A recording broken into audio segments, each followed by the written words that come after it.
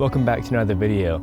This is a 2003 BMW Z4, and today I'm going to go over whether or not you should buy one and go over its specs, exterior, interior, and finally all of its most common issues. BMW has been doing quite amazing with their Z cars. From the first gen to the current gen, they are all so beautiful and they truly stand out from the rest of the crowd, especially in the roadster segment. This is BMW's notoriously reliable E86 motor. It has 225 horsepower and it gets 21 to 29 miles per gallon with an optional 5-speed automatic or 6-speed manual with a reported 5.9 second 0 to 60. You can tell BMW really thought of how they wanted this car to look on the road. And these body lines definitely support that because they just look so sweet. Just kind of cuts the boringness right in half. And the rear end is just the same. The taillights are way different from any taillights I've seen. The Z4, that looks really good.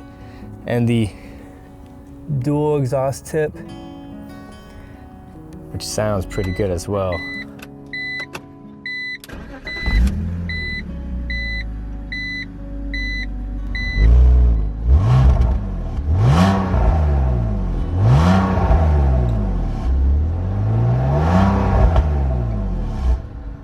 My first car was a 1976 MGB, so the size of this car really hits home to me.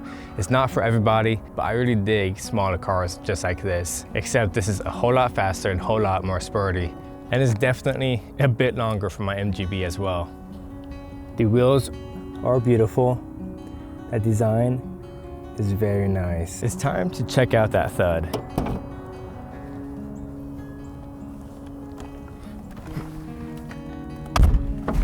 The thud, to me, does not feel like a high-end luxury car. Although this is BMW with wood grain throughout the interior and even right here, this is a sporty luxury car. Now, sitting in the cabin, it feels pretty good. The steering wheel is a very nice size. I got enough room down for my legs, just as much as I'd expect for a roadster. They really thought of how ergonomic this is gonna feel.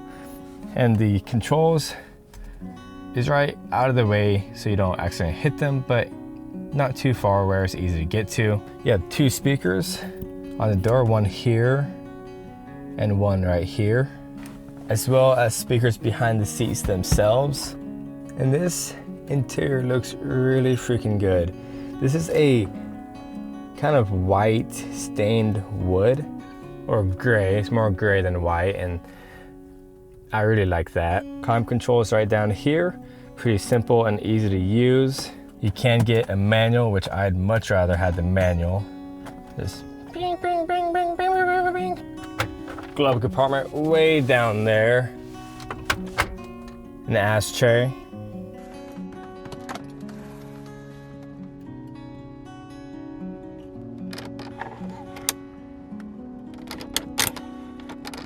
Visors, nothing too impressive there.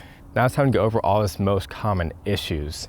And the first issue is within the engine bay. So this isn't the issue, but the struts go bad with age. That's typical with any older car, just these shocks going bad.